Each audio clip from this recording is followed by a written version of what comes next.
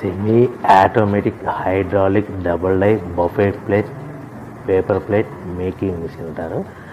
ఈ మిషన్లో మనం రౌండ్ బఫే ప్లేట్ తయారు చేసుకోవచ్చు.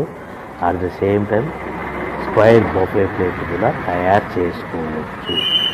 ఎక్స్ట్రా డై కొనుక్కొని మనం హోటల్లో పార్సల్ కంటే గోల్డ్ ప్లేట్ కూడా తయారు చేసుకోవచ్చు.